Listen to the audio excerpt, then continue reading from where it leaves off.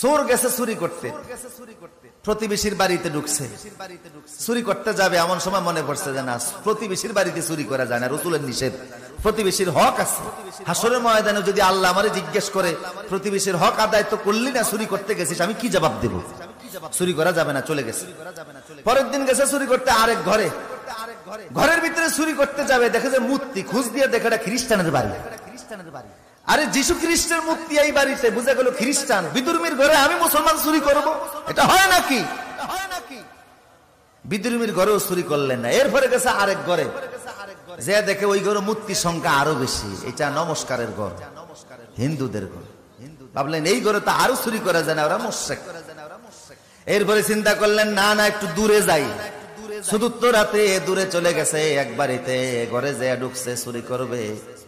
দোতলার ভিতরে সিন্ধুক, দোতলায় উঠে সিন্ধুকের টাকাগুলি নামে গণতেছে। গণার সময় দেখে কিছু টাকার উপরে লেখা আছে এটা হালাল টাকা, এই টাকা যাকাত দেওয়া হয়েছে। কিছু টাকার গায়ে লেখা এটা অবৈধ টাকা, এই টাকা যাকাত এখনো দেওয়া হয় নাই। চোর চিন্তা করে চুরি যখন করবো তো হারাম টাকা চুরি করে লাভ কি? হালাল টাকাই করি যেটা যাকাত দেওয়া হয়েছে। এখন যাকাত দেওয়া টাকা সে গণতেছে। আপনারা কি মনে করেন ওর গণার কারণে সময় কি স্টপ থাকবে না? সময় চলতেছে। কিছুক্ষণ পরে দিছে ফজরের আজান। চোর চিন্তা করে আরে আগে নামাজ পরে চুরি। এখন চিন্তা করে নামাজ পড়তে গেলে তো আজান দেওয়া লাগে, আজান ছাড়া আবার নামাজ হয় কি করে? নিজেই ঘরের দোতলা দাঁড়িয়ে আজান দেওয়া শুরু করছে। ঘরের দোতলায় কোত্থেকে মুয়াজ্জিন আসলো, আজান দেওয়া শুরু করেছে।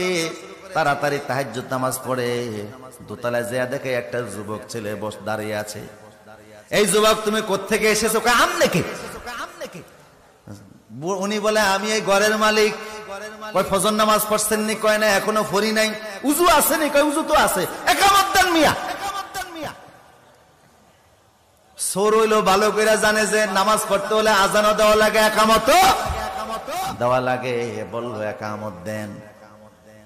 বুড়ারে পাশে দাঁড় করায়া একামত দিয়েছে, নামাজ পড়া শুরু করে দিয়েছে। এত সুন্দর তেলাওয়াত, ঘরের মালিকের চোখ থেকে টপ টপ করে পানি পড়া শুরু হয়ে গেছে।